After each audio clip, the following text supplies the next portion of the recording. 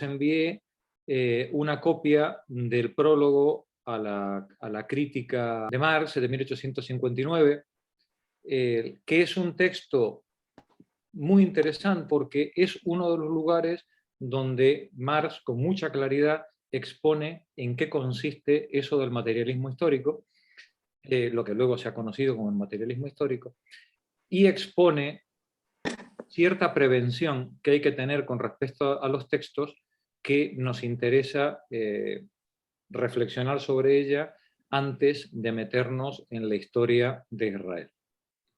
Este es el prólogo que él hace a su texto, pero me interesa iniciar la lectura desde la segunda página. Juanra, por favor, comienza tú la lectura. Mi primer trabajo emprendió para resolver las dudas que me azotaban. Fue una revisión crítica de la filosofía hegeliana del derecho, trabajo cuya introducción apareció en 1844 en los anales franco-alemanes, que se publicaban en París. Mi investigación me llevó a la conclusión de que tanto las relaciones jurídicas como las formas de Estado no pueden comprenderse por sí mismas ni por la llamada evolución general del espíritu humano, sino que, por el contrario, radican en las condiciones materiales de vida, cuyo conjunto resumo Hegel, siguiendo el precedente de los ingleses y franceses del siglo XVIII, bajo el nombre de sociedad civil, y que la anatomía de la sociedad civil hay que buscarla en la economía política. Detente un momentito, Juan. Traduciendo, ¿vale? Lo que nos dice aquí Marx es muy simple, que cuando él empieza su investigación para tratar de entender las causas de los fenómenos políticos que están ocurriendo a su alrededor, cuando él comienza esa investigación, él comienza con una revisión crítica de la filosofía de Hegel.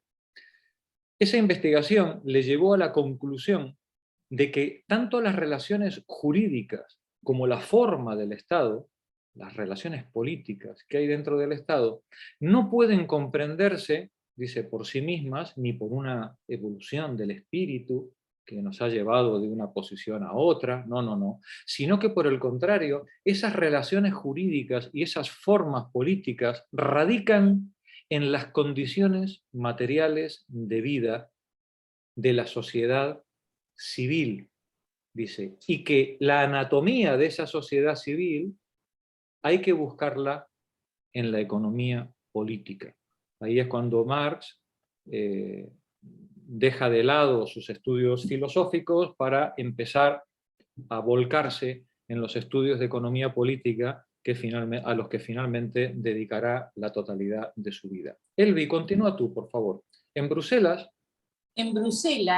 a donde me trasladé a consecuencia de una orden de destierro dictada por el señor Guizot, proseguí mis estudios de economía política comenzados en París.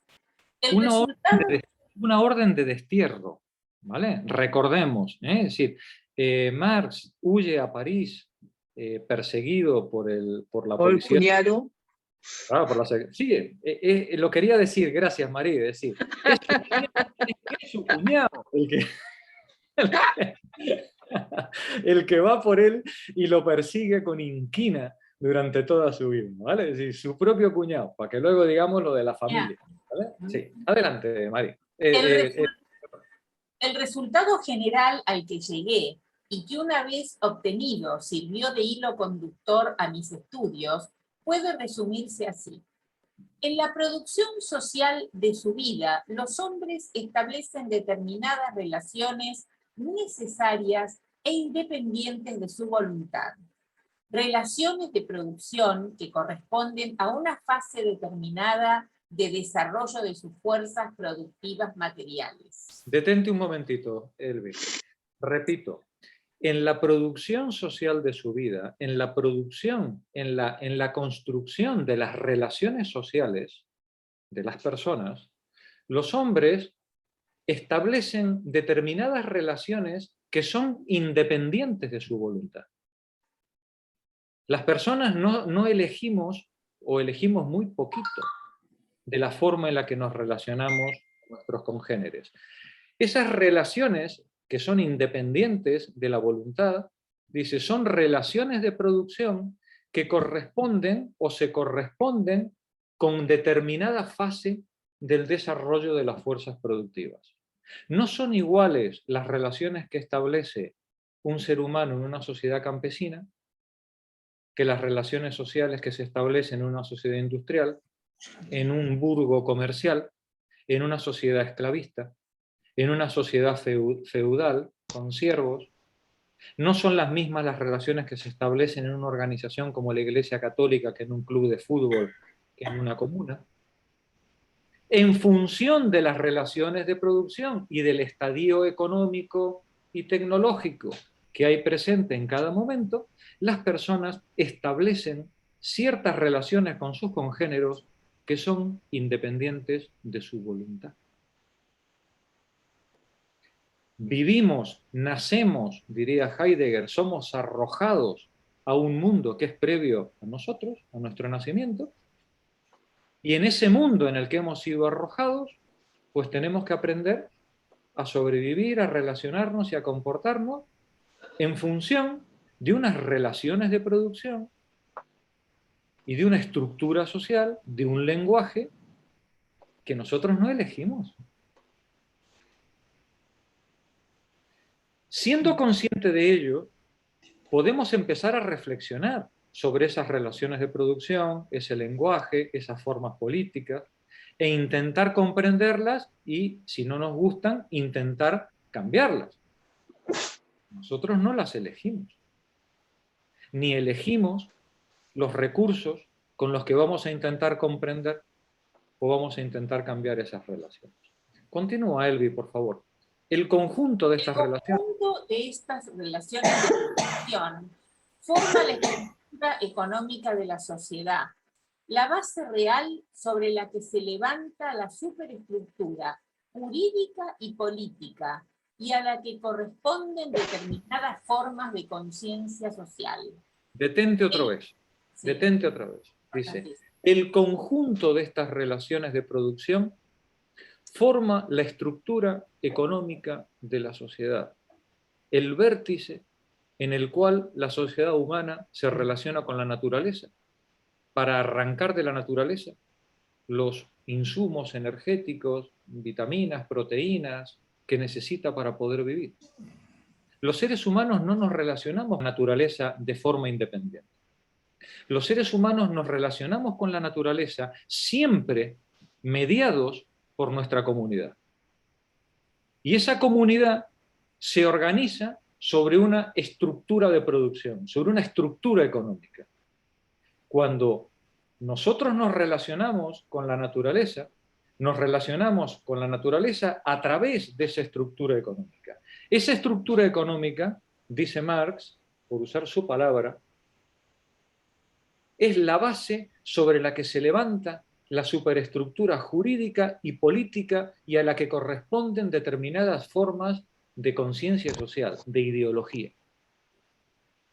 Según la manera en la que nosotros nos enfrentamos como comunidad a la naturaleza y obtenemos de la naturaleza los recursos que necesitamos para vivir, según esa manera de hacerlo, repartimos el trabajo, repartimos la riqueza producto de ese trabajo y organizamos las instituciones, que no es otra cosa que las normas de relación entre unos y otros. Esas normas, cuando se codifican, se transforman en leyes.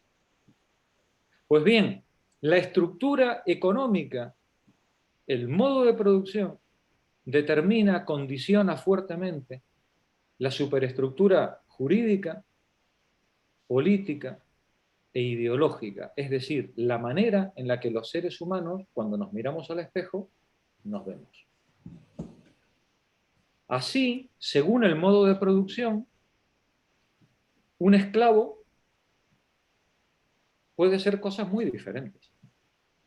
Si la sociedad es esclavista y forma parte del medio de producción la utilización de esclavos para la obtención de excedentes, comprenderéis que ver esclavos por la calle pues no sea nada que llame la atención.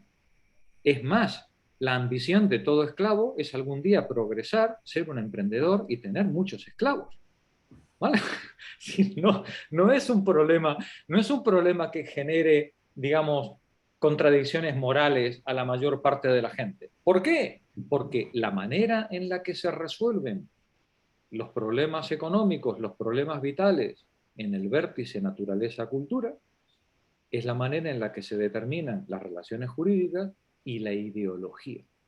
La manera en la que nos miramos en el espejo y nos reconocemos. Termina el párrafo amarillo. Oye, Jorge, ¿te puedo hacer una pregunta?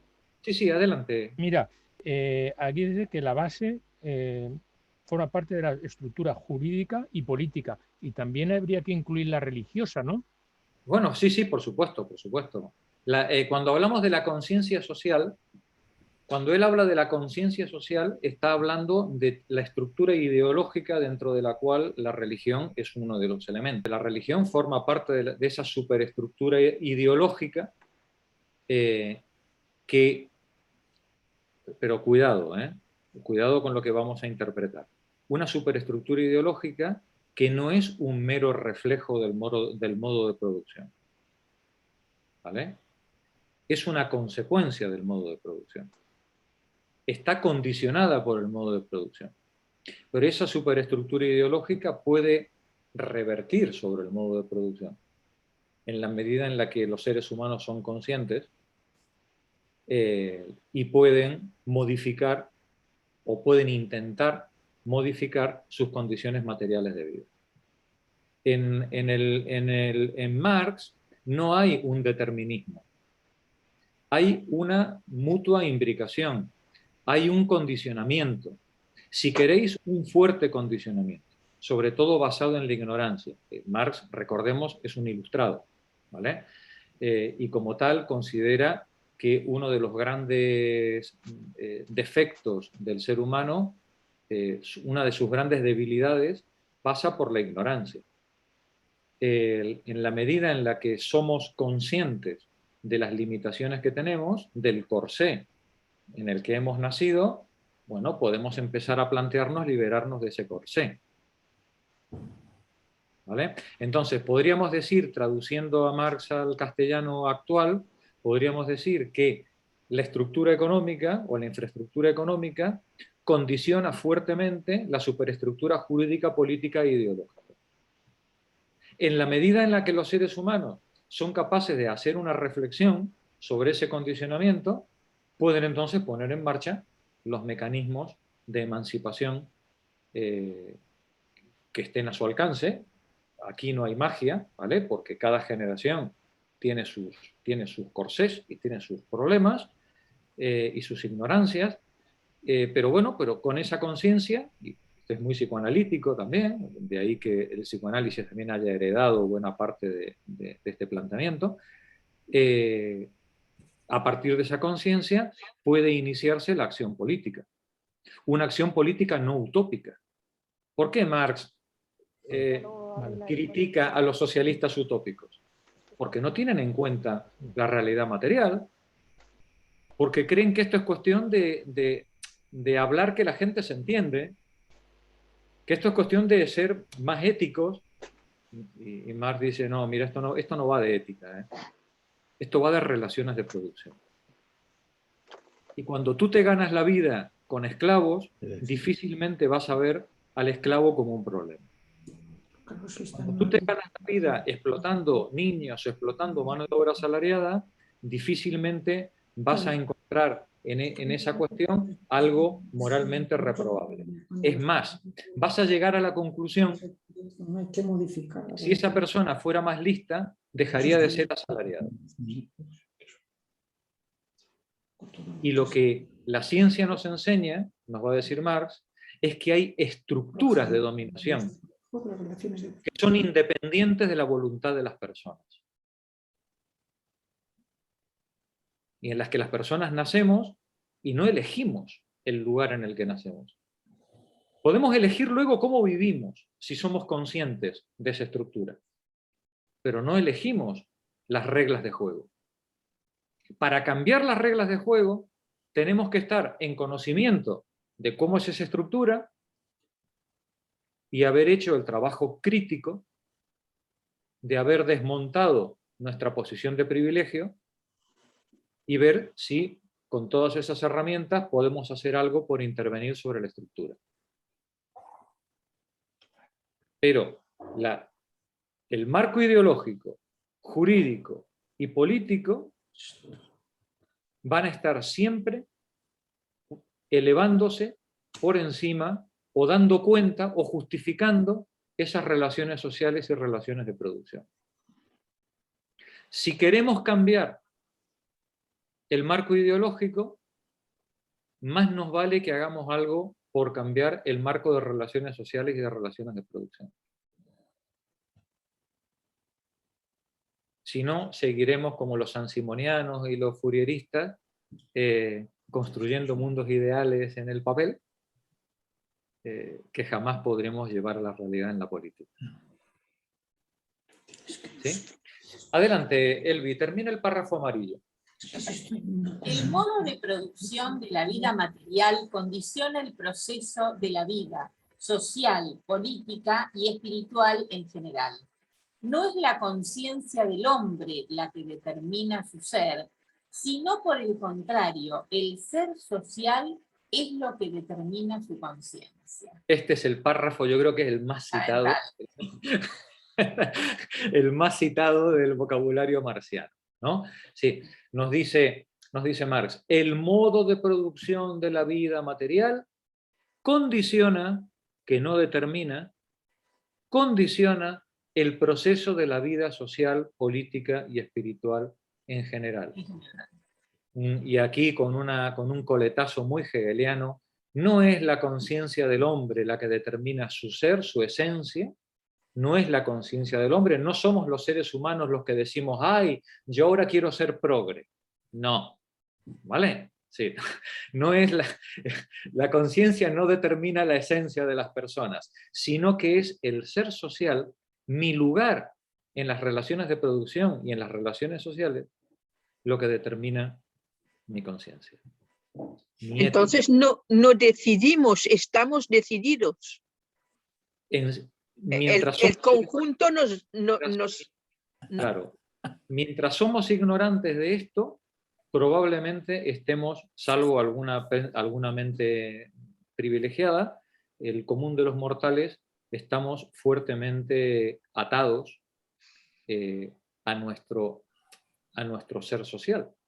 Sí. A la manera en la que nos relacionamos en la vida, que determina nuestra conciencia, ¿vale? Condiciona nuestra conciencia, la empuja, ¿vale? Y entonces cuando nuestro vecino perdió la casa, decimos, hombre, es que vivió por encima de sus posibilidades. Sobre todo porque no la perdiste tú. Si lo hubieras perdido tú a la casa, ¿no? Entonces no harías ese tipo de argumento, ¿vale? Sí, pero como la perdió el vecino, ¿no? Y nosotros no queremos estar en ese club, entonces nuestra justificación ideológica es, algo habrá hecho.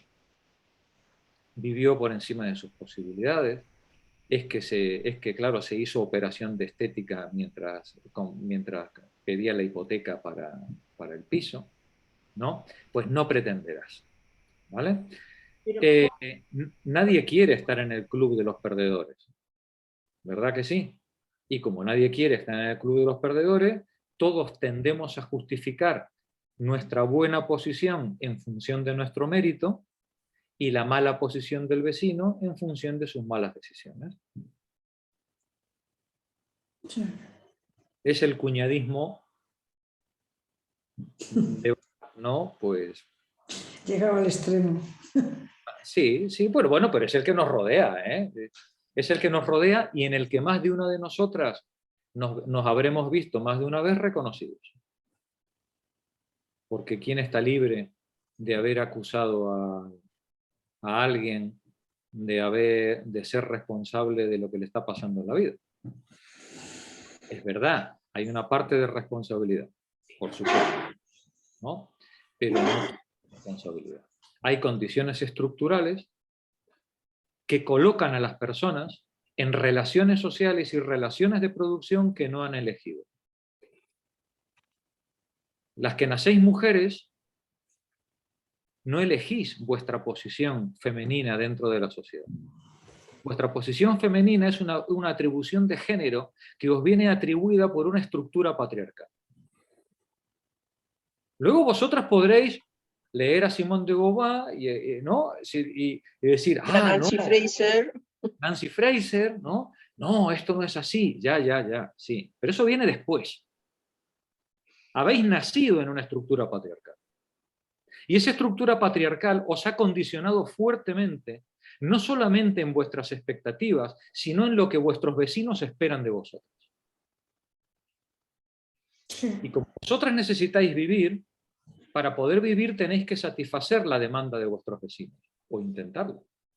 Esto es lo que te explicaba de la burguesía. O sea, y para adaptaros a la demanda del vecino, tenéis que adaptar vuestra conciencia a esa esencia social que os ha sido impuesta por la estructura de producción y por la estructura de relaciones sociales. La estructura de producción y la estructura ¿Veis? Claro, Ya no, la producción es todo el tema económico y la de relaciones, la social, donde naces, tus padres, tu familia. Hablamos de materialismo histórico. Cuando hablamos de materialismo histórico, estamos hablando de algo que sigue teniendo una tremenda vigencia y fuerza iluminadora para nuestro presente. De hecho, el psicoanálisis se ha nutrido de ello, el lacanismo se ha nutrido de ello, y toda la filosofía del siglo XX se ha seguido nutriendo de ello. Y de momento no hay nadie que haya mejorado este planteamiento. Vamos a continuar con la lectura hasta el final del párrafo. Monse, por favor. Al llegar a una fase determinada de desarrollo, las fuerzas productivas materiales de la sociedad entran en contradicción con las relaciones de producción existentes o, lo que no es más que la expresión jurídica de esto, con las relaciones de propiedad dentro de las cuales se han desenvuelto hasta allí. ¿Qué quiere decir Marx con este párrafo hoy día parece tan enrevesado? Que cuando la tecnología cambia, las relaciones de producción que daban cuenta de las relaciones sociales que había previamente, pueden dejar de tener interés, es más, pueden ser contradictorias con la nueva tecnología o con el nuevo avance que se ha hecho. Por ejemplo, cuando se produce el avance del capitalismo, las relaciones serviles o las relaciones de esclavos dejan de tener sentido. Claro. Es mucho más barato y se le puede extraer mucho más plusvalor a un trabajador asalariado que a un esclavo. Un esclavo, claro. Se le extrae muchísimo más plusvalor a un trabajador asalariado que a un siervo. Yo sí por la Virgen, que encima además te tienes que ocupar de su familia, tienes que casarle a los hijos, tienes que ver dónde va a dormir, viene el cura y te lo echa en cara. Que si la cabaña es digna, que si la cabaña no es digna. Tío, haces como el chiste, ¿no? Le das 20 duros a cada uno y que se busque la vida. El trabajador asalariado es infinitamente más barato que cualquier siervo, cualquier esclavo. Tiene que currar y marcharse a su casa a defenderse. No te tienes que preocupar de nada. ¿Qué ocurre cuando cuando el sistema productivo cambia a relaciones industriales que necesitan trabajo asalariado? Que el esclavo está mal visto. Lo que antes era lo normal, o la relación servil de dependencia, está mal vista. Es que no pretenderás que vivir de que te mantenga el príncipe toda tu vida. Tendrás que emanciparte, muchacho, que para eso la ley te ha hecho libre, doblemente libre te ha hecho. No solamente te ha liberado jurídicamente la ley. No, yo quiero ser esclavo. No, tú no puedes ser esclavo. ¿Vale? Tú no puedes ser esclavo porque te hemos liberado, soquete, inútil. Te hemos liberado, hombre. Te hemos liberado para que te ganes la vida por tu cuenta. No, pero es que yo no quiero ganarme la vida por mi cuenta. Es que eres un dependiente. Tú quieres vivir de papá príncipe toda tu vida. Quieres vivir del patriarca, del dueño de la finca toda tu vida. Oye, el dueño de la finca tiene sus problemas, se quiere ir a bucear a las Bahamas. No quiere estar preocupado por ti. Tú eres un asalariado, eres libre, demuéstralo. Búscate la vida. Gánate la vida, hombre. Gánate la vida igual que se la ha ganado el rey. Bueno, el rey no se la ha ganado, pero bueno, da igual. Gánate la vida. ¿Vale? ¿No? Pues que aquí todo el mundo quiere vivir de una sinecura. Hombre, ¿hasta dónde podíamos llegar? Claro, han cambiado las relaciones económicas porque ha cambiado la tecnología. Y en el momento en el que esas relaciones económicas cambian, las relaciones sociales que daban cuenta de esas relaciones económicas quedan obsoletas. Y hacen falta nuevas relaciones sociales que deben ser sostenidas por un nuevo derecho y por unas nuevas relaciones de propiedad.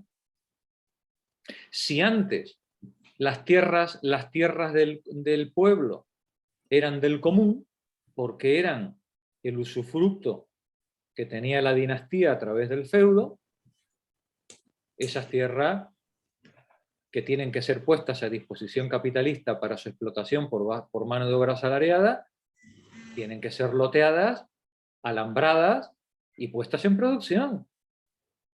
Hay que expropiarle al pueblo en su beneficio. Hay que expropiarle al pueblo esos campos comunales, esos molinos del común, hay que expropiárselos para que esto no sea un montón de vagos que están viviendo ahí de estar estirando la mano y cogiendo la fruta del árbol. Que hay que trabajar. Que Dios dijo que hay que trabajar 6 días a la semana, que solo el 7º es para descansar. Expropio las condiciones materiales de vida de la mayor parte de la población para construir unas nuevas relaciones sociales que sean acordes a las relaciones de producción que estoy intentando imponer.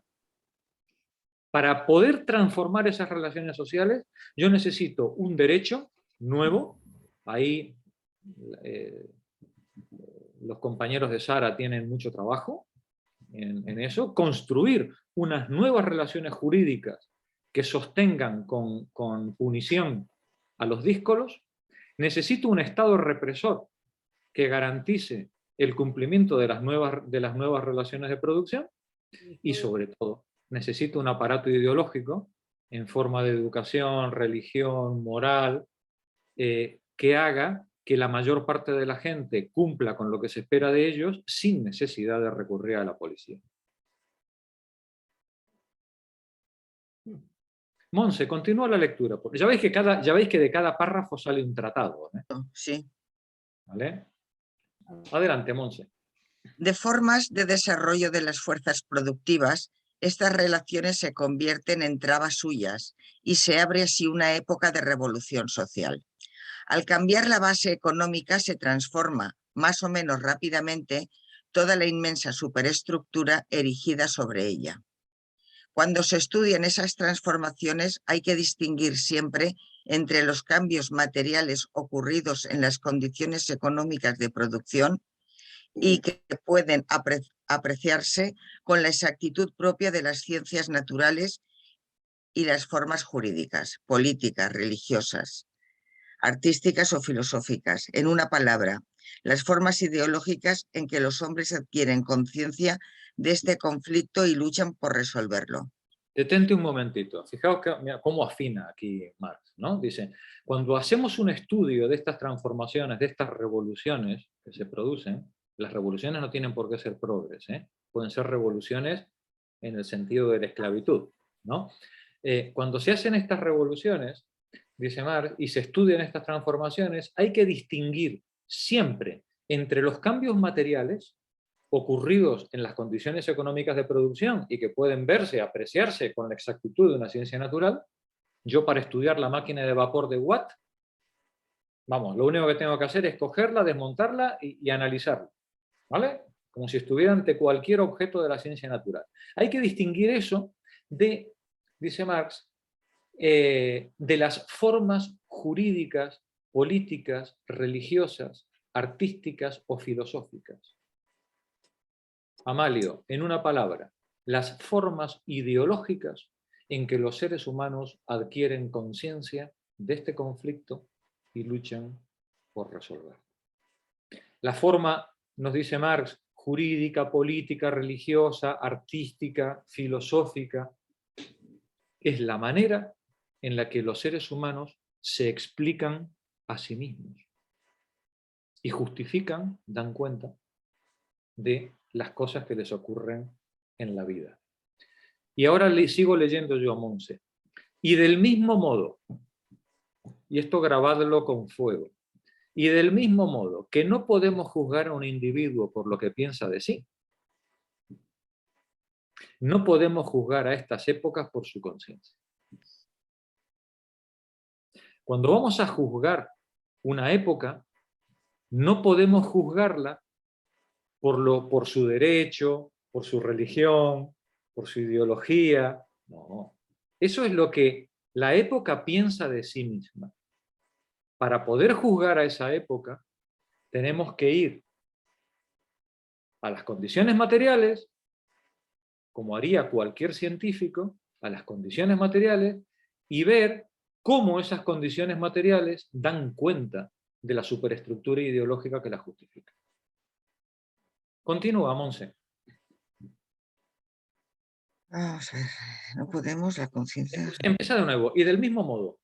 Y del mismo modo que no podemos juzgar a un individuo por lo que él piensa de sí, no podemos juzgar tampoco a estas épocas de transformación por su conciencia, sino que, por el contrario, hay que explicarse esta conciencia por las contradicciones de la vida material, por el conflicto existente entre las fuerzas productivas sociales y las relaciones de producción.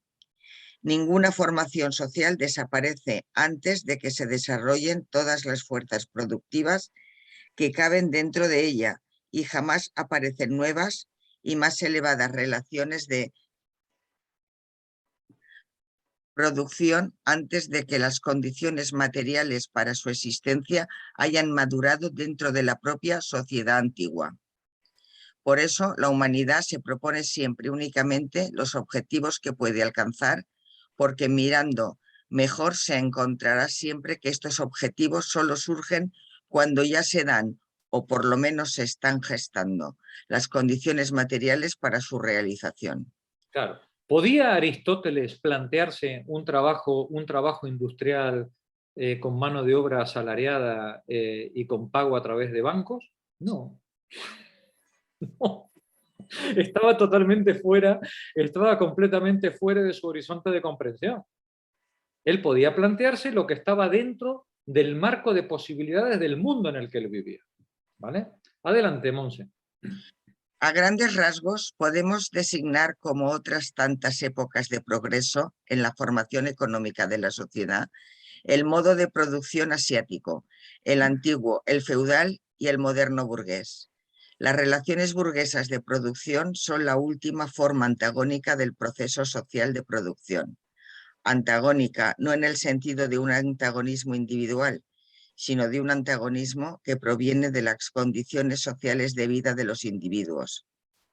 Pero las fuerzas productivas que se desarrollan en la sociedad burguesa brindan, al mismo tiempo, las condiciones materiales para la solución de este antagonismo. Con esta formación social se cierra, por lo tanto, la prehistoria de la sociedad humana. Con esta formación burguesa se cierra la prehistoria de la sociedad humana. Ahora, dice Marx, es cuando por primera vez tenemos conciencia de este condicionamiento del modo de producción sobre la superestructura ideológica. Ahora es cuando la revolución, en vez de ser una cosa dada, puede ser una cosa que podamos prever y trazar. Ahora tenemos las herramientas para hacerlo, para comprendernos, para decidir cuál es el objetivo al que queremos llegar y trazar el camino para conquistarlo. Bueno, toda esta parrafada... Ay, perdón, que se me ha ido. Toda esta parrafada yo la traía por la frase que está en rosa. Aunque sé que os gusta hablar de Marx, no veníamos a hablar de Marx, ¿vale? Marxistas, que sois todas unas comunistas, que de verdad no se os puede dejar solas. No podemos juzgar a un individuo por lo que piensa de sí. Pues resulta que cuando empezamos con la historia hebrea, no tenemos documentación escrita del mundo hebreo hasta el siglo V. Y todo lo que podemos saber del mundo hebreo, quitando alguna piedra que luego veremos en Egipto o alguna cosa rara por ahí, era un pueblo tan pobre, tan pobre, tan pobre, que los grandes imperios, los grandes enemigos, es que ni se ocupaban, es que ni se ocupaban de ellos. No estaban ni en el registro. Claro, y lo poco que sabemos del mundo hebreo entre el 1200 y el 700 o el 600 es lo que dice la Biblia. Y los escritos del Mar Muerto. La Santa Biblia. La Santa Biblia. Y los secretos del Mar Muerto son todos de época previa a Jesús, siglo I, siglo II. Es todo una historia de me dijeron, que alguien dijo, que me contó. No sé nada, no sé nada. No hay nada de... no existen textos, entre otras cosas porque la misma lengua hebrea probablemente no se constituyó hasta el siglo VIII, siglo IX, y desde luego no se puso por escrito hasta el siglo VI. Cuando se pone por escrito toda una tradición oral que os decía la semana pasada, igual que la mesopotámica, la egipcia, la hindú, no es historia. Son cosmogonías y cosmologías. Son relatos, historias que tienen por fin explicar cómo es el mundo, quiénes gobiernan en el mundo, por qué gobiernan los que gobiernan y además por qué eso es justo y no puede ser de otra manera. ¿Y por qué tienen que obedecer los que tienen que obedecer? Claro, no pretenderás. Pero este argumento ha seguido dando vueltas, es el principio de razón suficiente. Es lo que tenemos detrás de los argumentos estos de que si el mundo pudiera ser de otra manera, lo sería. Por lo tanto, vivimos en el mejor de los mundos posibles. Ay, Cándido. Sí. Al final, la historia va dando vueltas, pero los argumentos de la clase dirigente siempre son los mismos. Y vosotros diréis, pero es que la clase dirigente ha cambiado, claro. Pero es que los dirigentes de hoy son herederos de los dirigentes de ayer. Los explotadores de hoy son herederos de los explotadores de ayer. Y los genocidas de hoy son herederos de los genocidas de ayer. Y todo buen genocida, todo buen heredero, todo buen explotador, toma nota, si quiere perdurar en el cargo, toma nota del modus operandi de sus antecesores. Por eso no os debe extrañar ver repetirse de generación en generación las mismas líneas argumentales. Repito, los explotadores de hoy son herederos de los explotadores de ayer. Pero herederos en todo, herederos en el patrimonio, herederos en las técnicas de explotación y sobre todo herederos del discurso. De ese discurso de justificación, de dominación, que de siglo en siglo y según el modo de producción requiere, se justifican las posiciones de dominio y las posiciones de dependencia. Pues bien, nos dice Marx... Jorge, pero no estamos hablando de una herencia de sangre, entiendo.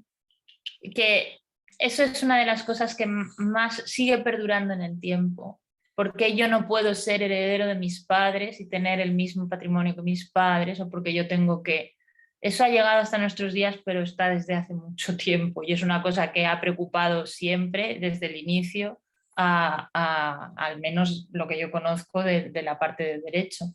Así claro. Es que es importante tener conocimiento de que no se trata de una herencia, de una herencia familiar, que es la que siempre se entiende más atacada o más ofendida.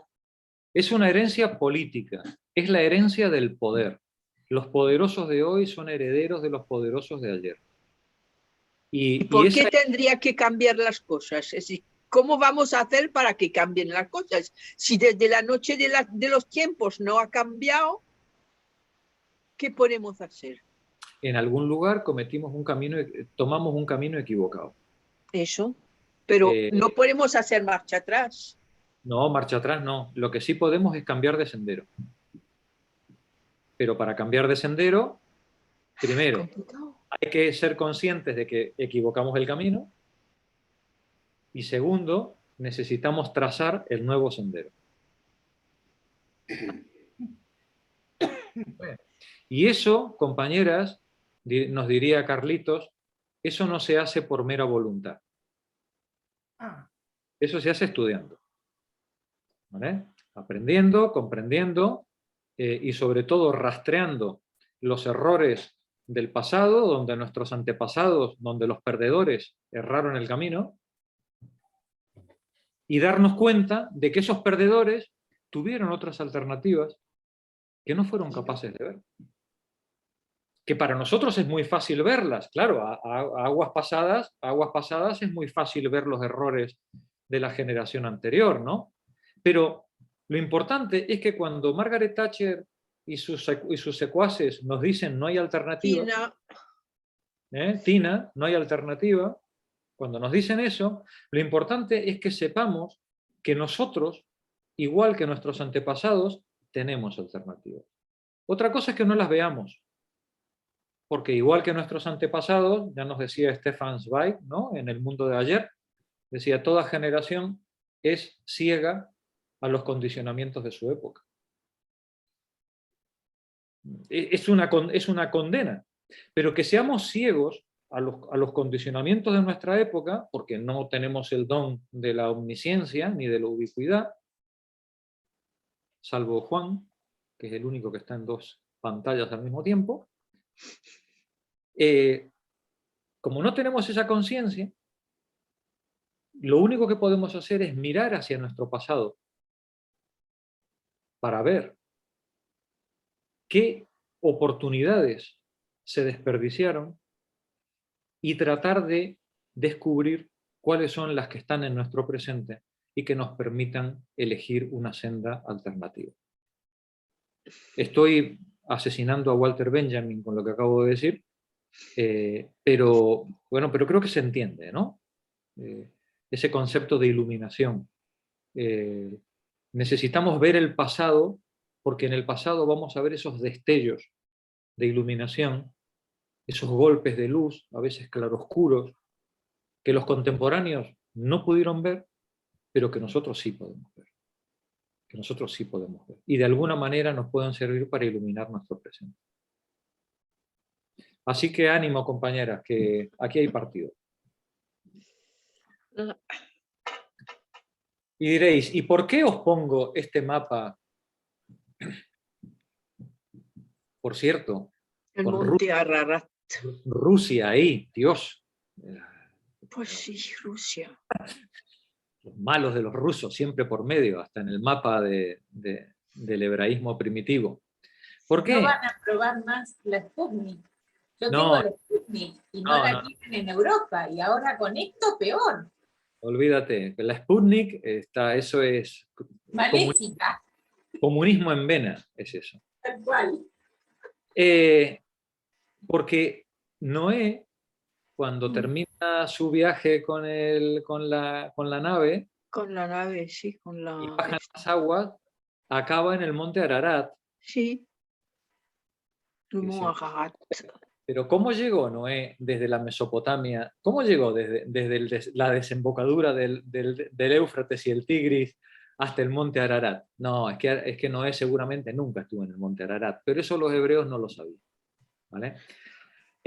Lo que ocurre es que los hebreos cogen su mito del monte Ararat de una relectura del mito sumerio de Gilgamesh hecha por los hurritas que habitan al norte de Irak. Por eso, en este mito hurrita, el arca de Gilgamesh, llega al monte Ararat y todo el mundo contento, ¿vale? Sin saber muy bien pues, esto de en qué consistía la historia. Pero además quedaba igual, porque al que no se la creyera, pues le daban 2 bofetadas y a correr, ¿vale? Es decir, esto no eran cuestiones del entender, sino cuestiones del creer. Padre, yo creo, dice el ritual, ¿no? Yo creo. Y porque creo, formo parte del grupo. El sentido de pertenencia está en la pertenencia al mito. El mito no es algo que se cuenta. Vosotros, que sois unos ateos, leéis el mito como si fuera una narración, como si fuera un cuento. Pero el mito no es así como lo viven los pueblos religiosos o los pueblos primitivos. El mito no se cuenta, en el mito se vive y se forma parte del mito. Yo pertenezco a esta tribu porque comparto con mis iguales el mito. Esto no es una cuestión de creer o no creer. Si yo cambio de tribu, cambio de mito. Si mi hija se casa con el miembro de otra tribu, o se va a vivir otra tribu, cambia de mito y no genera ningún conflicto. No hay ningún problema intelectual, porque no hay nada intelectual en juego en esto. Es un problema político, es un problema de pertenencia, ¿vale? Y pertenecer al mito, que es pertenecer a la comunidad de la que formo parte y donde tengo los lazos de solidaridad que me permiten sentirme seguro y confiado en la vida, perteneciendo a ese mito, yo voy tranquilamente por la vida. ¿Pero puedo cambiar de mito? Perfectamente, ¿eh? Claro, no hay ningún problema. Los dioses antiguos, Marí, no eran tan enfermizamente posesivos como los modernos, ¿vale? Los dioses antiguos lo único que te pedían era que tú cumplieras con el ritual, punto. Sí, no hay ninguna creencia, no hay nada en lo que creer, ¿vale? Es un mito en el que tú tienes que vivir y compartir y vivir ese ritual con los demás. Ya está, no te piden ninguna otra cosa, ¿vale? Han tenido que pasar muchísimos milenios para que apareciera un Dios egoísta, celoso, omnipotente, vengativo y además moralista. Un Dios que en vez de preocuparse como los demás dioses del bienestar de su pueblo, por ejemplo, vosotros veis los dioses mesopotámicos, los dioses egipcios. El gran problema de los dioses mesopotámicos o egipcios es que el Nilo tenga su crecida, que los cereales crezcan, que las vaquitas se reproduzcan, que la gente coma. Ese es el gran problema de los dioses. El Yahvé, de todas esas nimiedades no se preocupa. A Yahvé lo único que le preocupa es que no forniques, que no pronuncies su nombre en vano, en fin, una serie de cosas muy, muy extravagantes para la época, ¿no? Es decir, de pronto nos encontramos con un Dios al que le preocupa más la moralidad que las condiciones materiales propiamente de su pueblo, ¿no? Pues oye, Jorge, sí, ¿puedo hacer un comentario? Claro. Yo creo que frente al barroquismo de los dioses de Mesopotamia y Egipto, porque eran tierras ricas, pues esto del monoteísmo hebreo es por una sociedad de pastores que no tienen donde caerse muertos. Y entonces eso del moralista y eso posiblemente tenga un trasfondo material. Y el trasfondo material es una manera de mantener a la tribu unida en un contexto de miseria, de falta de recursos y eso. Porque claro, eso sería impensable en Mesopotamia, que había un montón de dioses y había un montón de riqueza. Bueno, riqueza entre comillas. Mientras que, claro, estos son pastores que van vagando por el desierto y una manera de mantener a la tribu, que es el núcleo fundamental de estas sociedades, es manteniendo unas reglas moralistas. Y por lo tanto sí que hay una base material en que tengan Dios, y sí que hay una base material en que tengan unos códigos de conducta estrictos, porque es una manera de pervivencia del grupo. de mantener al grupo unido frente a todo sí el que hay un resto del... trasfondo material. Totalmente, siempre, siempre. Marx nos lo dijo antes, siempre hay un trasfondo material. La religión no es más que la justificación ideológica de tus condiciones de vida.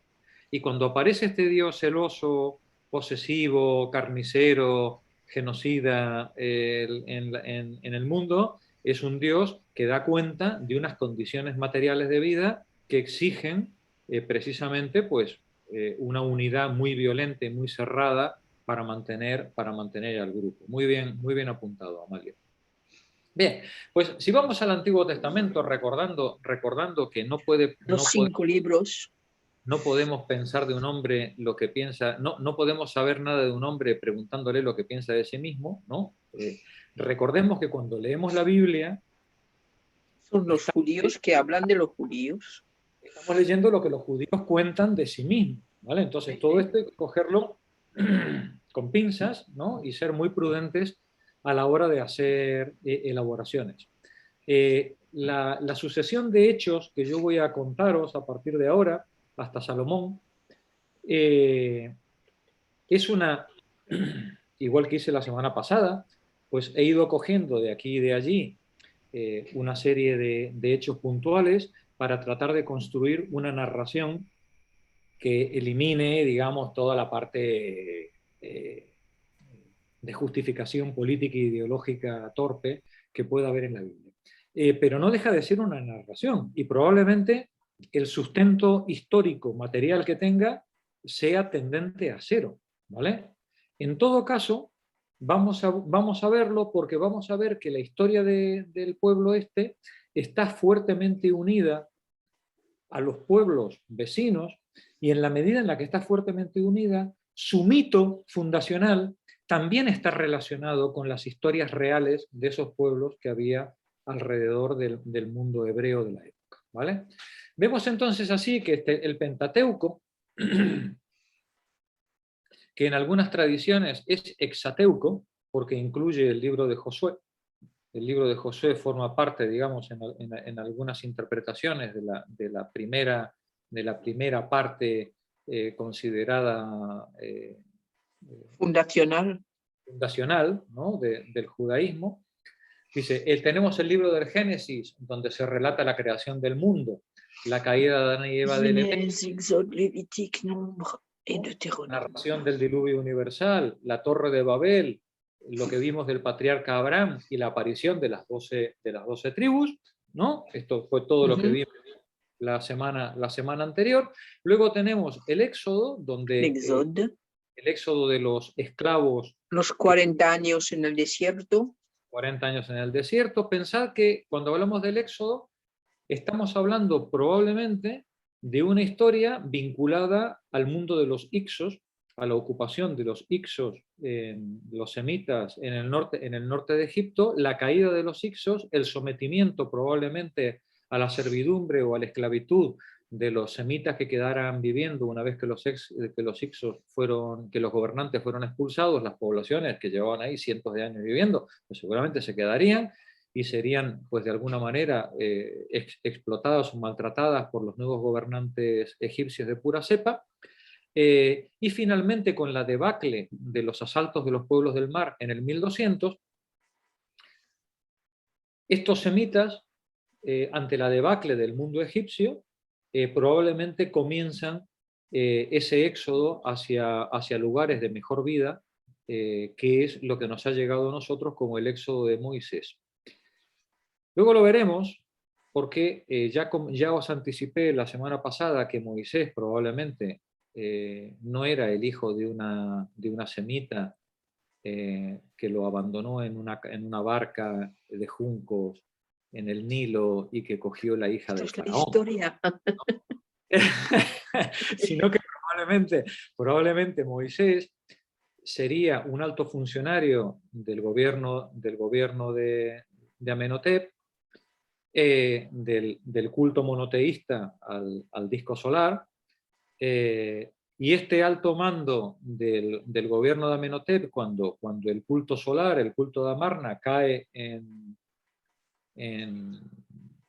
en desventaja frente a los cultos más antiguos con la caída del faraón, probablemente los seguidores del disco solar, entre los cuales estaría Moisés y muchísima gente, se plantean un exilio, irse de Egipto, a donde pudieran seguir manteniendo su culto monoteísta.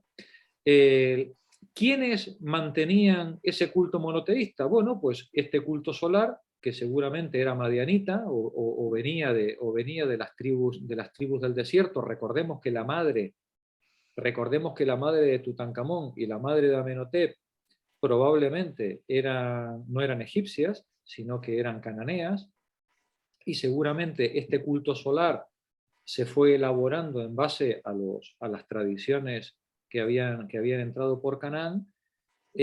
Pues cuando esta gente decide emanciparse de los egipcios tradicionales, pues inician ese camino hacia Canaán, donde probablemente ellos creían que iban a encontrar la posibilidad de poder llevar adelante su religión y su vida sin las presiones del mundo egipcio. ¿Qué cosas se llevan los egipcios?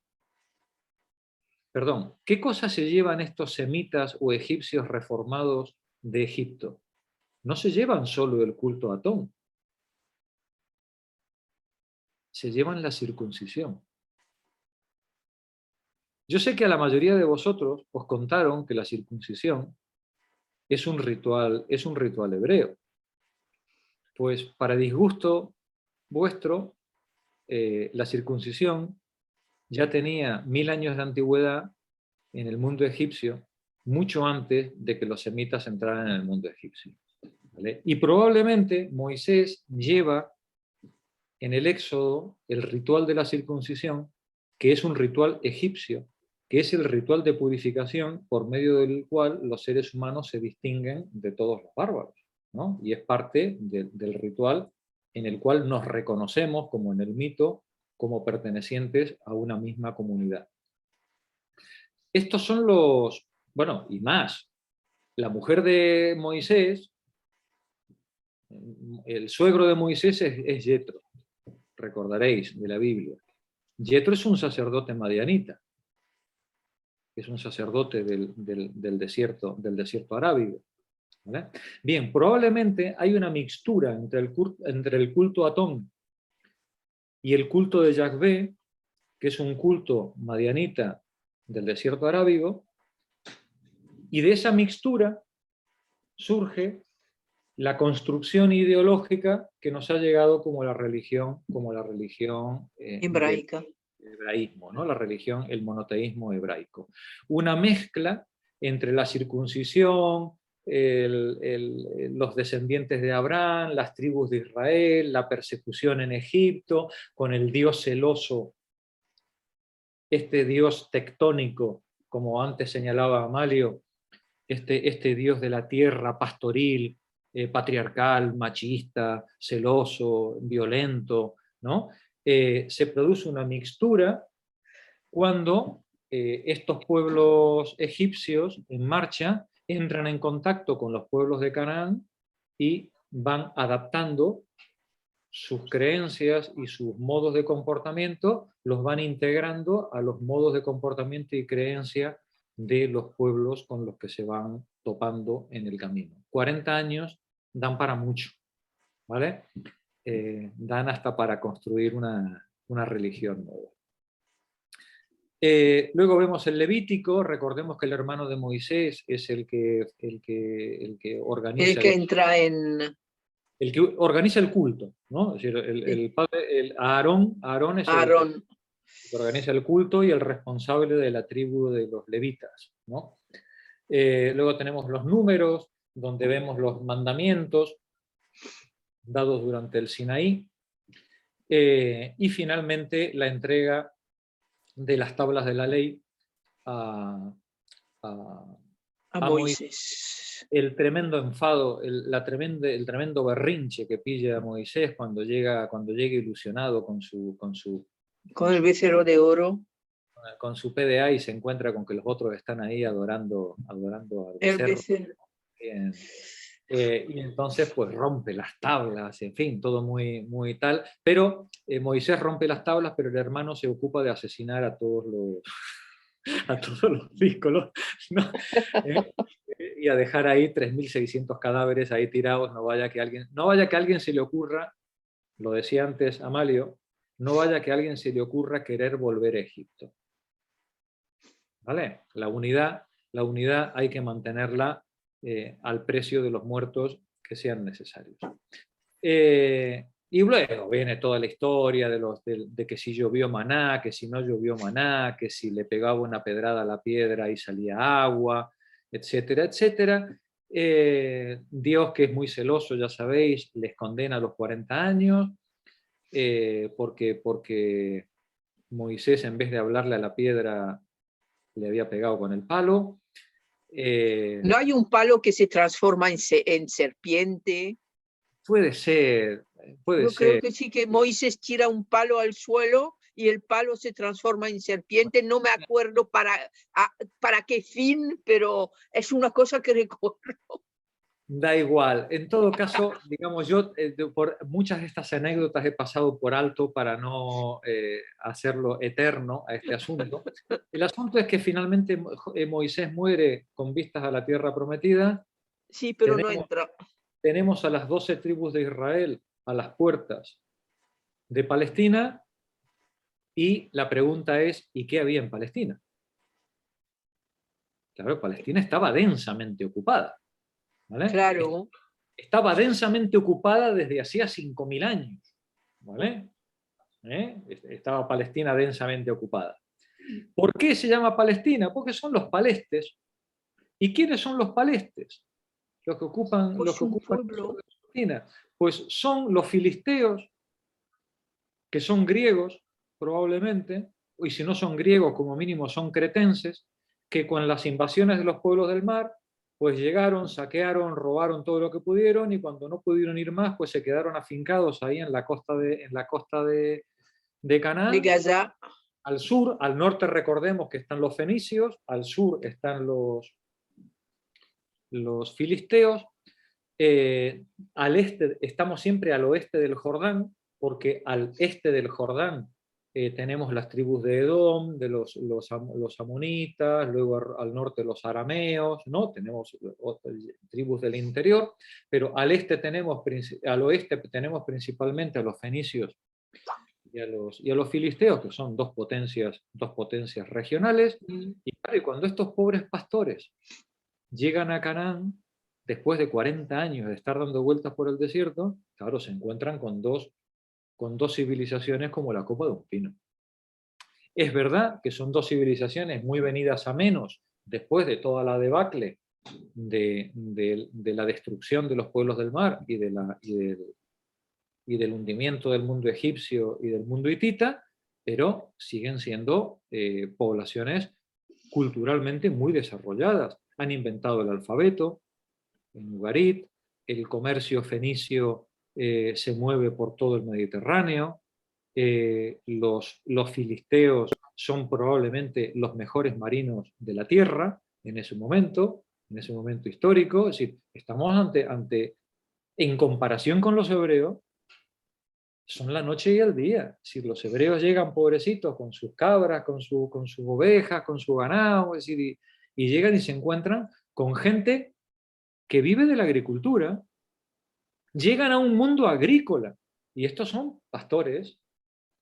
Bueno, pues según el libro de Josué, entran a sangre y fuego en Canaán, recordemos, exterminando, destruyendo poblaciones, y según el libro de los jueces, que es menos épico, pues todo parece indicar que se produce una asimilación progresiva de estas tribus hebreas a los pueblos de Canaán preexistentes, donde pues bueno, pues como inmigrantes pues se van acomodando a lo largo de varias generaciones, intercambiando no solamente costumbres, aprendiendo a cultivar la tierra, abandonan el pastoreo y se hacen agricultores y comerciantes, y poco a poco, claro, pues junto con la agricultura y el comercio, pues también empiezan a asumir los ídolos.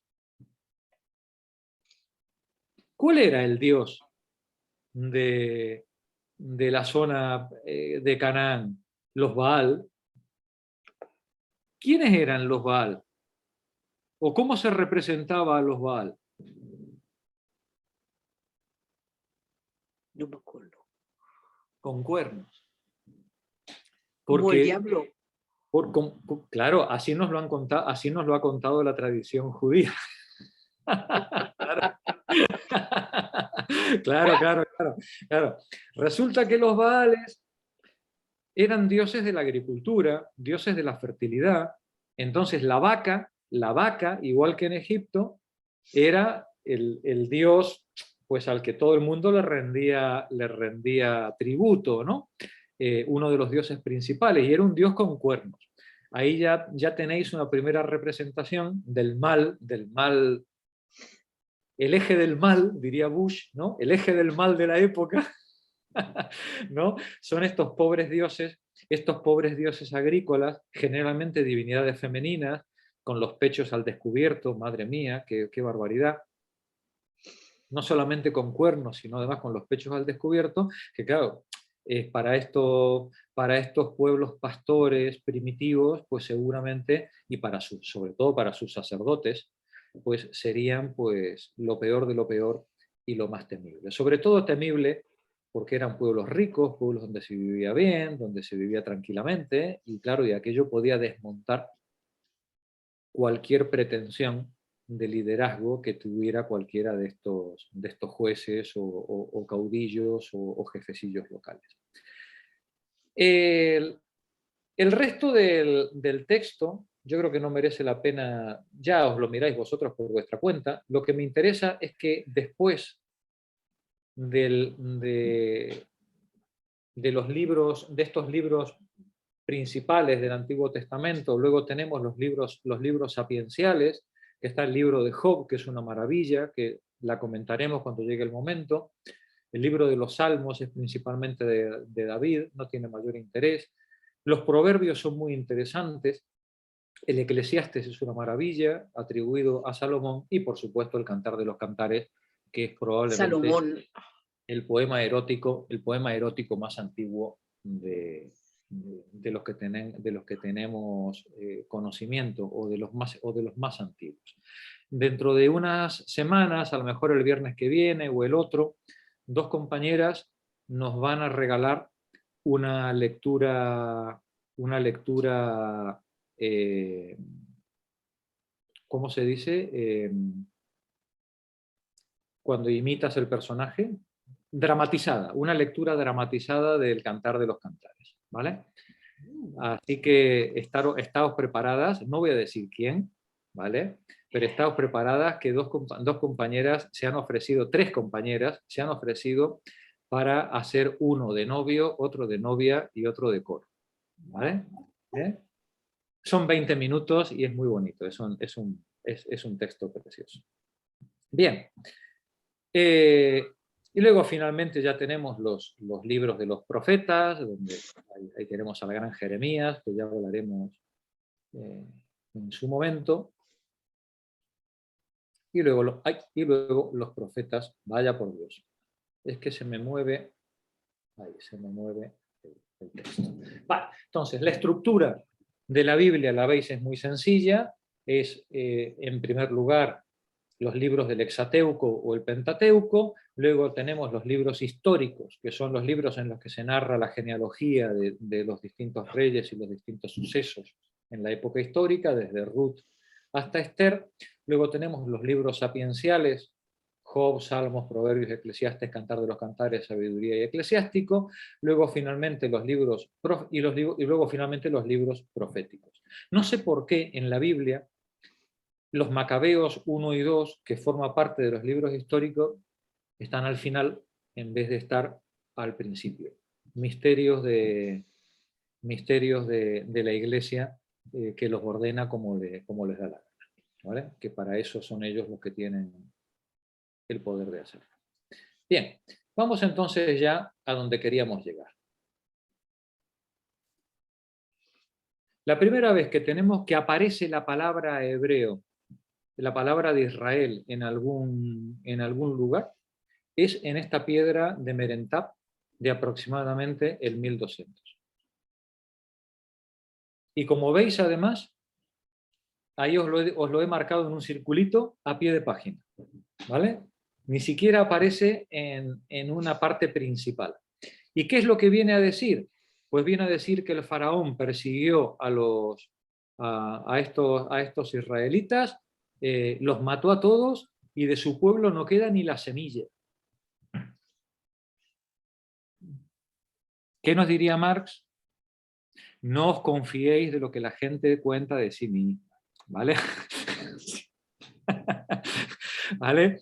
Ni del egipcio ni del judío, no os confiéis, ¿vale? Sí, ya veis aquí que el faraón Merentat hace todo un alarde de poderío militar que es absolutamente falso, ¿vale? Sí, porque ni exterminó a los judíos, sí, los perseguiría, pero ni los pudo, ni los exterminó, y desde luego no acabó en absoluto con su semilla, ¿vale?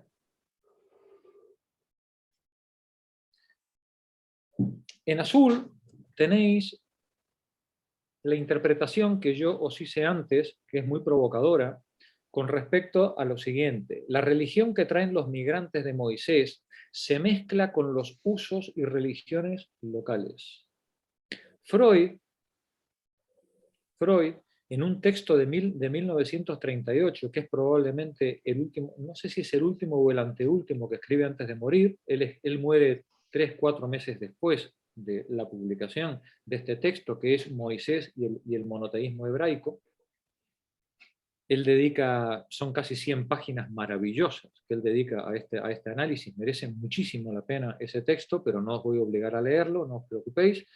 Freud apunta a que Moisés traería la circuncisión de Egipto y el culto a Amón, el dios solar, y que en el desierto es donde entraría en contacto con otras tribus descendientes de Abraham, que tienen el culto monoteísta arábigo, pastoril, impersonal, tectónico, cuya revelación recibe Moisés de su suegro Yetro, que es un sacerdote madianita, y que este Yetro le dice le revela cuál es el nombre de Dios.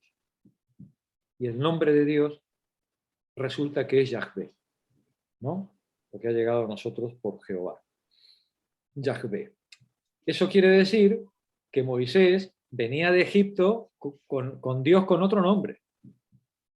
Y ese otro nombre que traía de Egipto, pues probablemente era Atón. ¿Vale? Y si tenéis dudas con respecto a la interpretación de Freud con respecto a la circuncisión, aquí tenéis una estela donde hay un caballero practicando la circuncisión a otro caballero. ¿Lo veis aquí? Sí. Cortándole el prepucio a otro. Esta estela es del 2200 antes de nuestra. Digo que la circuncisión es por razones sanitarias también. Seguramente. Que avance en los egipcios, ¿no? Que conocían tanto de medicina y demás. Es un tema de controlar enfermedades. Seguramente hubo en su origen un componente sanitario, y probablemente, como todo ritual, se transforma en un ritual sin sentido cuando las razones sanitarias han dejado de existir, y se mantiene como un signo de pertenencia al grupo, ¿no? De hecho, dicho por una amiga mía judía. Claro, ¿no? De hecho, fijaos que los hebreos no practicaban la circuncisión. Son los descendientes de Moisés los que vuelven a la circuncisión como muestra de pertenencia al grupo. ¿Vale? Es decir, durante los 40 años los hebreos no habían practicado la circuncisión. La vuelven a practicar otra vez en la entrada a Canaán, como una especie de ritual de unidad, de que los circuncisos somos los que pertenecemos a esta tribu. De hecho, hay una anécdota muy graciosa, bueno, graciosa para los que quedaron vivos, que es que una de las trampas que hacen los hebreos para detectar quiénes son los enemigos es exigir que muestren que están circuncisos o no están circuncisos. Y todos los que no están circuncisos los degüellan, ¿no? Es un signo de pertenencia. Bien, pues ya vemos cómo, de una manera o de otra, estas tribus cuando entran en Israel, o se acomodan según la tribu en los distintos espacios políticos preexistentes que había antes de la llegada, o las conquistan, según queramos entender o queramos aceptar la historia. De alguna manera, fuera como fuera, estas 12 tribus se asientan de forma diferencial en la zona de Canaán. Aquí vemos la zona de los filisteos, ¿la veis? Aquí a la derecha, y al norte tenemos Fenicia con Tiro y Sidón al norte. ¿Sí? Se alcanza a ver, ¿no? El mapita. Perfecto. Vale. Bien, y ahora por favor echemos unas risas, ¿vale? Con la historia jamás contada de este mundo. ¿Con qué problemas se encuentran los hebreos cuando llegan a Canaán? Que está ocupada, y además está ocupada, decíamos antes, por dos potencias regionales, los filisteos y los fenicios. Cuando quieren cruzar el Jordán, claro, los fenicios y los palestes les hacen frente. Mientras las tribus están divididas y los grupos hebreos están separados, no representan ningún enemigo temible para filisteos ni para fenicios. Cuando los israelitas consiguen la unidad política, entonces es cuando se transforman en una potencia que va a tender a ser dominante en los siguientes años. El que, según la mitología, logra ese prodigio es el juez Samuel. Samuel es el que designa, porque Dios se lo dice, designa a Saúl, que es de la tribu Benjamín, como rey, con el mandato de gestionar la unidad de las 12 tribus. Saúl, que debió vivir entre el 1075, entre el 1100 y el 1000, unifica las tribus del reino y entra en combate con los filisteos, ganando numerosas victorias. Para que veáis qué arbitrario era Dios, Dios hablaba por boca de Samuel, ¿no? Samuel le dice a Saúl que Dios le ha mandado asesinar a todos los pueblos cautivos. Y Saúl, que debía ser un tipo que no quería complicaciones, dice, hombre, no será para tanto, ¿vale? Y Samuel le contesta que no, que Dios le ha castigado por desobedecerle, y entonces va a cambiarle por otro sucesor, porque él no es un rey digno para las tribus de Israel. Y entonces Samuel designa, se entiende que bajo secreto, porque si no Saúl lo habría asesinado inmediatamente, Samuel designa como sucesor a David. David era hijo de un pastor que vivía en la zona de Belén. David es llevado por Samuel a la corte de Saúl y es criado en la corte, pues como se criaba a los jovenzuelos, en la música, en la lectura, en la escritura y sobre todo en el ejercicio militar. David se transforma en un soldado a las órdenes de Saúl, y ahí es cuando tiene lugar el famoso enfrentamiento entre David y Goliat, ¿no? En el que David le pega con una pedrada en la cabeza a Goliat. ¿Quién era Goliat? Es lo que nos tenemos que preguntar. ¿Quién era Goliat? Goliat era un mercenario, aparentemente era un mercenario contratado por los filisteos para dirigir a las tropas filisteas contra los israelitas. Goliat, según la Biblia, era un tipo que medía como 3 metros, era una cosa absolutamente descomunal, ¿no? Solo la coraza, cuenta la Biblia, pesaba como 50 kilos. En fin, todo ya veis, todo un poco magnificado seguramente.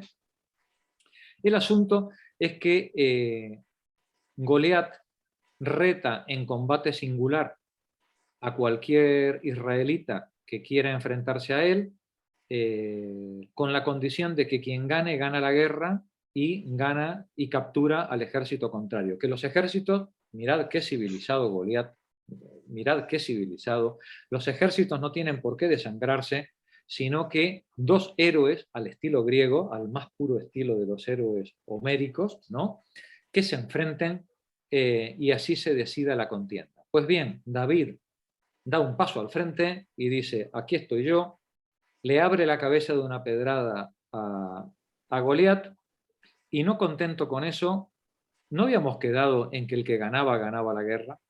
¿No? Bueno, pues no contento con eso, David le corta la cabeza a Goliat y ordena la persecución y asesinato de todos los cautivos que se puedan recoger.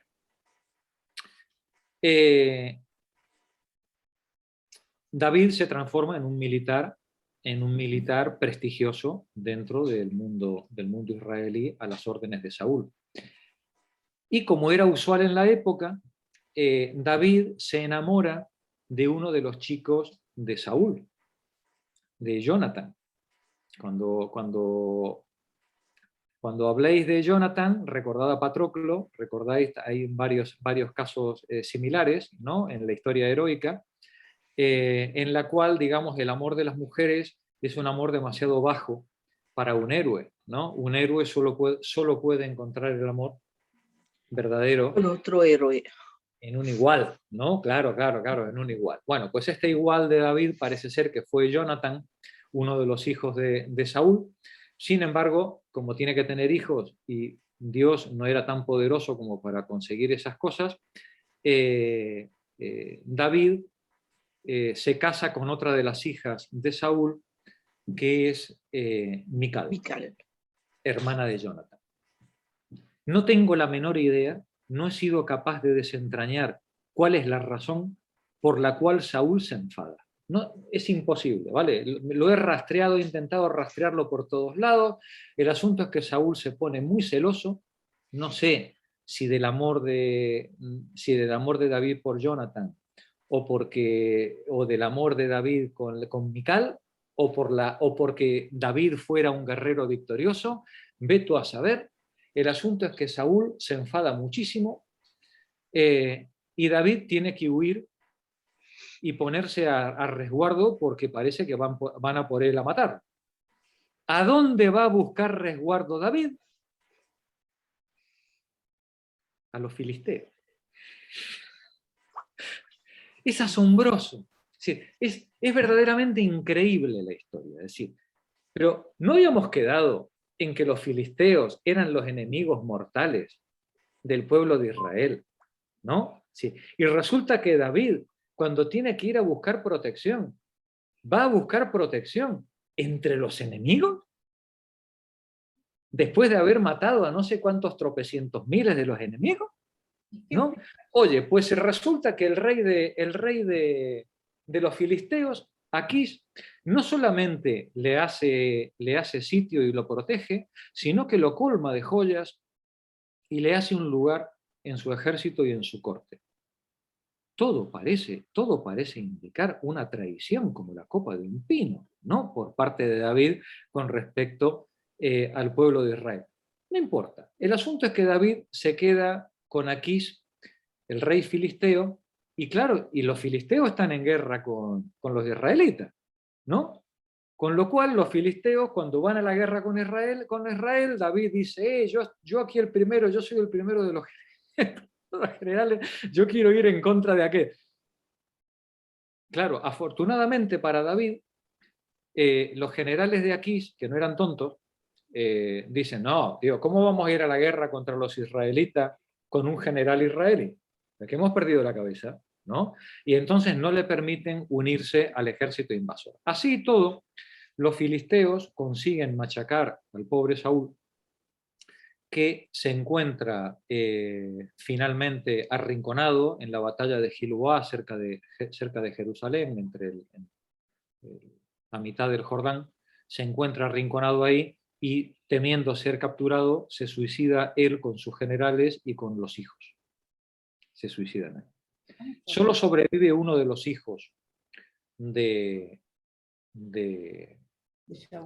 De Saúl, Isbaal.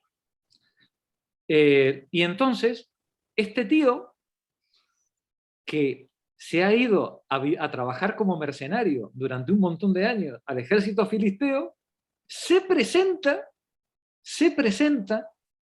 como el héroe y el aspirante a la sucesión de Saúl. Yo de verdad no entiendo cómo, con todas las veces que se escribió la Biblia y se reescribió, no hubo nadie puestos a contar mentiras, ¿no? Pues hombre, pues que no le diéramos cierta coherencia al discurso, ¿no? Y que no pusiéramos un poco de orden en este asunto, ¿no? El asunto es que la Biblia nos sigue contando que Isbaal, único superviviente, encuentra el apoyo de los reinos del norte, mientras que David, que es el yerno prodigio del rey suicidado, el tío hace valer su condición de ungido por Samuel. Recordemos que David ha sido nombrado por Samuel, el juez, como el sucesor de Saúl. Claro, y eso dentro del aparato religioso tendría su importancia. Bueno, parece ser que los otros reyes de las tribus de Israel no tendrían esto muy claro de nombrar rey a un mercenario que ha traicionado al pueblo de Israel, yéndose a trabajar como mercenario con el enemigo. Y entonces se plantean lo de nombrar a Isbaal como rey. David soluciona el asunto enviando a 2 de sus generales a asesinar a Isbaal, lo asesinan dentro de su propia casa, y luego David, para resolver el problema moral que le había planteado el asunto, asesina a los asesinos, ¿no? Asesina a los sicarios. Y con eso queda resuelto, parece ser, la mancha del crimen contra Saúl. David reclama el reino unificado y, para reconciliar a las 12 tribus, dice, vale, voy a poner mi reino en una ciudad como, digamos, voy a fundar Washington, o no, voy a poner la capital del reino en un lugar que no fuera del reino de nadie más. Y entonces David no tiene mejor idea que elegir como capital a una pobre ciudad que se llamaba Jebús, que estaba habitada por unos pobres señores hititas, para más señas, que eran los jebuseos, que tienen la mala suerte de que, como David le designa como su capital, David la arrasa y sobre esa ciudad monta David la capital de su reino. Esa será la ciudad que vosotros conoceréis como Jerusalén. Interesante.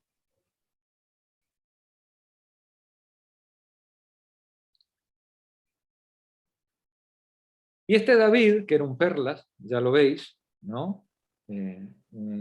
Alguien digno de tener como amigo en la casa, es conocido como el amado, el elegido de Dios, sucesor de Saúl, fue el segundo monarca del Reino Unido de Israel después de Saúl, y lo expandió hasta, no solamente con la construcción de Jerusalén, sino que ocupó toda la zona de los filisteos y llegó hasta Damasco por el norte, ocupando la mayor extensión territorial del mundo hebraico de la época. A David se le atribuye el libro de los Salmos. En fin, habría que ver si con esas habilidades entre las suyas estaba la escritura, pero se le atribuye y se le considera, desde luego, hoy día uno de los grandes gobernantes del antiguo Israel. Es una figura emblemática en el sionismo moderno y es venerado como rey y profeta en las 3 religiones monoteístas. David es el George Washington de los hebreos, ¿vale? Es decir, es la figura fundacional del reino, de la unidad política. A David le hubiera encantado construir un templo a Yahvé. Pero resulta que Dios le dice que no, que a causa de todos los crímenes que ha cometido, el templo tiene que esperar a la siguiente generación. Todo parece indicar que David no seguía a Yahvé, sino que David digamos, cumplía el ritual con todos los dioses locales de la periferia y la contornada, y que la construcción del monoteísmo de David, y seguramente de Salomón y sucesores, es una construcción ideológica posterior. Probablemente estos reinos eran reinos fuertemente politeístas, donde pues, uno de los tantos dioses a los que se seguía culto pues, era Yahvé. Por lo tanto, puesto que David no podía construir el templo a Yahvé, siguió a lo suyo, que era lo que se le daba bien. Siguió con sus crímenes, abusos, conquistas, agrandando el reino, llegó hasta Aram, Edom y Moab, recordemos, al este del río Jordán. Y aquí llega la parte más linda del cuento. Un día, cansado de batallar, estaban sitiando una ciudad que se llamaba Rabá. Y David ya le aburre esto de matar gente y de ir por ahí conquistando ciudades, ¿no? Y entonces dice, no, yo me quedo en Jerusalén a descansar.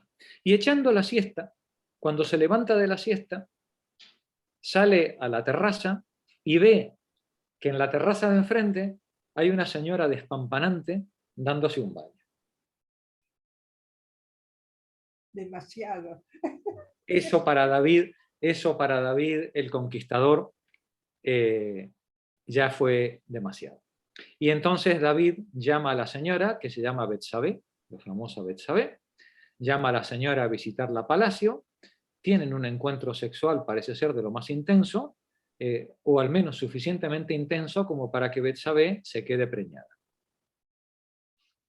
Esto es un problema, porque Betsabé es la esposa de un general aliado de David en la batalla de Rabá. El general Urías está combatiendo en Rabá mientras él se pega la siesta en Jerusalén y se beneficia de la señora, ¿no? Claro, pero es que encima además, como la ha dejado preñada, el asunto va a cantar por soleares en cuanto se empiezan a notar los efectos.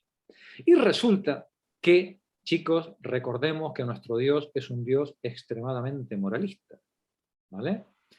Y el adulterio está penado con la muerte. No se sabe con la muerte de quién, si con la muerte de la señora, con la muerte del adúltero o con la muerte del adultado. Pero está penado con la muerte. Alguien tiene que morir cuando se produce el adulterio. Y entonces David no se le ocurre manera más digna de salir del asunto que pedirle a sus generales que llamen a Urías a palacio para que, aprovechando que viene a dar cuentas de cómo va la batalla, pase una noche en casa con su señora y así, acostándose con la señora, cuando nazca el niño, ya todo el mundo pueda decir, ah, este como el niño rubio, ¿no? Es decir, igual que la oveja negra, nació el niño rubio, aquí nadie sabe. ¿Vale? Sí. Pero Urías, no nos engañemos, era un soldado, era un patriota, y Urías decía que él iba ahí a luchar y no a fornicar. Y cuando le dicen que vaya a su casa, él dice que de ninguna manera, que él guarda armas toda la noche y por la mañana, inmediatamente cuando salga el sol, vuelve al campo de batalla. David se queda desolado. Dice, madre mía, se me ha caído el chiringuito.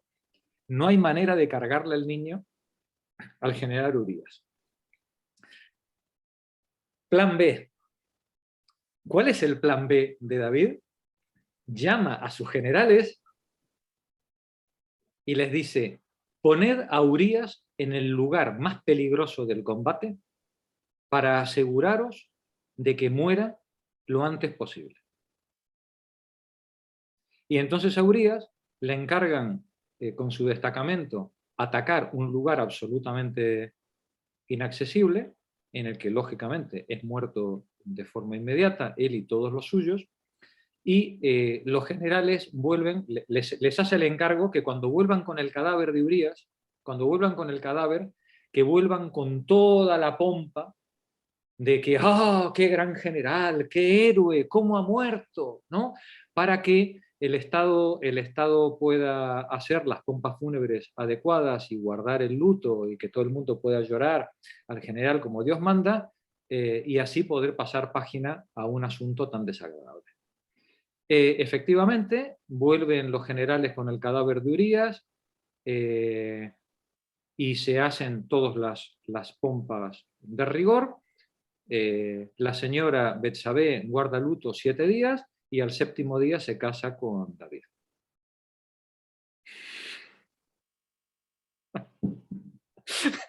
Como veis, cualquier novela venezolana son aprendices al lado de... Sí, no tienen nada que hacer. Cristal. No se enteraron de lo que era una historia porque no se leyeron la Biblia. ¿Vale? Bien, después de casarse David con Betsabé, el profeta Samuel le advierte, no, Natán le advierte a David de que Dios está muy enfadado, muy, pero muy enfadado, que lo que ha hecho es una porquería. ¿Vale? David, lo que has hecho es una porquería. Eso no se hace de ninguna manera. Así que te condeno a que el primer hijo que nazca de tu matrimonio va a morir.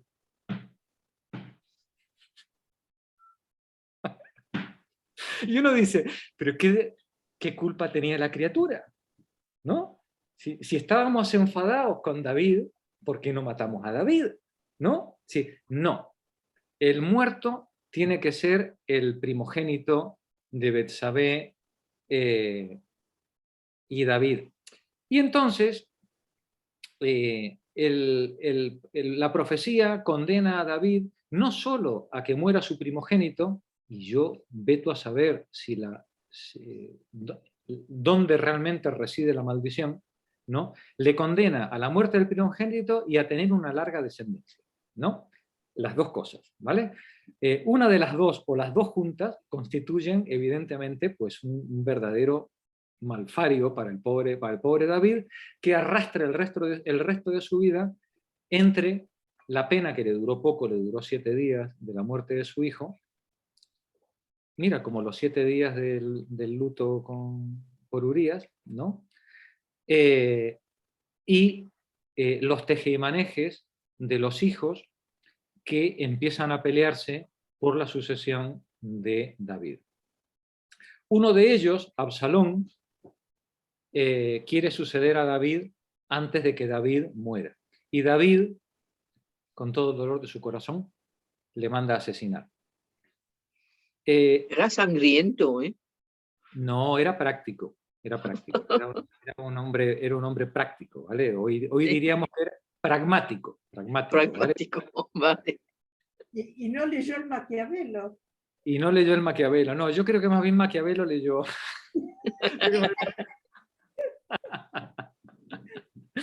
¿No? Y luego apareció otro hijo, que es el Adonías, que como volvió a reclamar también la sucesión, entonces David con Betsabé fraguaron el plan de que el profeta tuviera otra visión de estas importantes, ¿no? En las que Dios les habla, y el Dios le dijo a través del profeta que el rey tenía que ser Salomón, ¿vale? Y entonces es por lo que Salomón es designado, elegido como rey. Salomón, que va a gobernar entre el 1000 y el 930, esos 70 años, hijo de David, fue un déspota teocrático que gobernó al más puro estilo oriental, en un régimen completamente absolutista. Se le atribuye la construcción del primer templo, ¿vale? Pero eso es lo que le atribuye la Iglesia y los judíos. Además, Salomón hizo como 40 o 50 templos, uno por cada concubina y por cada dios de las concubinas que tenía, ¿vale? Sí. Digamos que Salomón era un tipo práctico, y si era por rezar, que por él no quedara, ¿vale? No fuera que alguien se enfadara con él. Parece ser que Jerusalén estaba llena de templos. Uno de ellos es el templo de Yahvé, pero sobre todo el templo más importante que hizo fue el de la administración central. Creó una burocracia administrativa de dimensiones colosales, destinada al cobro de impuestos, por una parte para la burguesía comerciante y por otro lado para la extracción de trabajo servil a las clases campesinas. Y vosotros diréis, ¿y estas exacciones fiscales y trabajo servil en una dictadura teocrática de tinte oriental, podemos dimensionarla? ¿Podemos dimensionar la explotación humana, a qué grado salvaje se daba en tiempos de Salomón? Sí, señores. A los trabajadores se les pedía que entregaran el 30% de sus jornales en concepto de impuestos. La mitad de lo que pagáis vosotros. ¿Vale? La mitad de lo que pagáis vosotras era lo que el terrible Salomón cobraba de exacción fiscal al campesinado que no era comerciante. Los comerciantes pagaban tributo en forma proporcional al comercio. A la muerte de Salomón, el Estado de Israel se disgregó, quedó dividido en el norte y en el sur, y ya entró en decadencia definitiva hasta las invasiones que va a sufrir a partir de ese momento y luego las grandes deportaciones del pueblo de Israel. Pero para esto ya recurriremos al libro de Esther la semana que viene, que prometo callarme y no decir ni pío.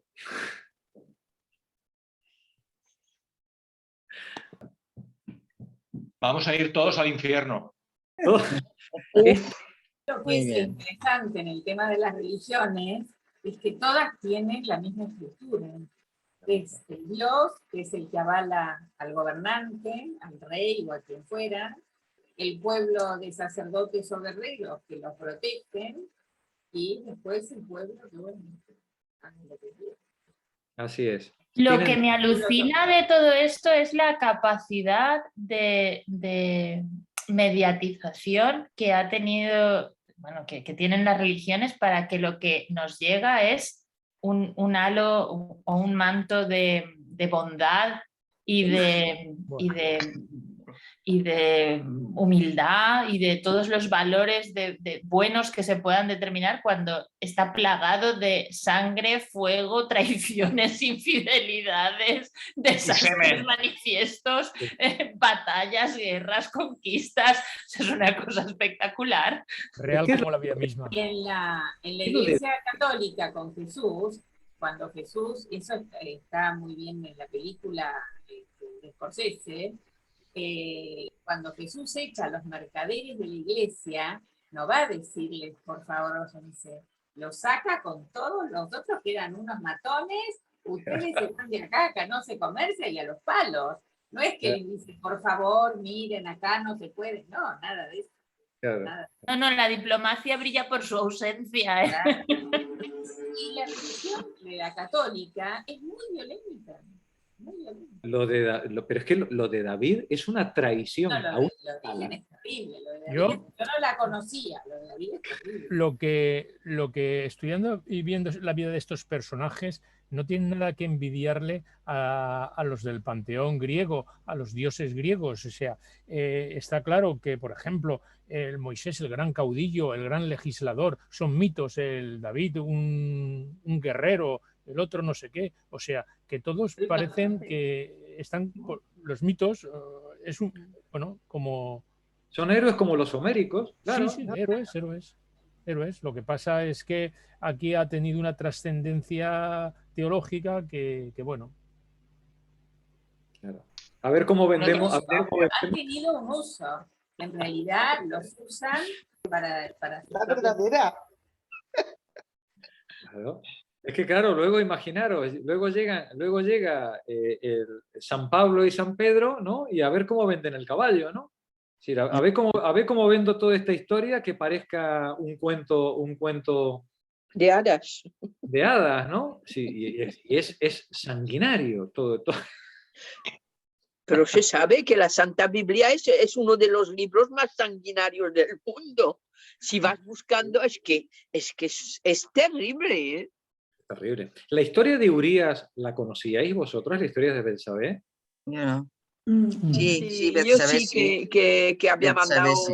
Me acordaba que- un poco.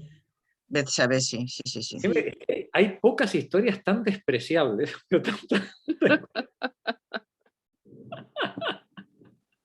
Es una cosa impresionante. Pues sí, hijas, estos son nuestros padres. ¿Qué le vamos a Que hacer? David mata al hijo, pero le duele tanto matarlo que no puede con su corazón.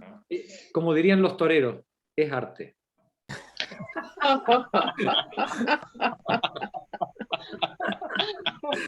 Bueno, nos vemos la semana que viene, compañeras. Vale, muy Buena semana a interesante. todos. Vale, hasta luego. ¡Feliz fin de semana! Buen fin de semana. Igualmente. a todos. Fin de semana. Adiós. Adiós. Adiós.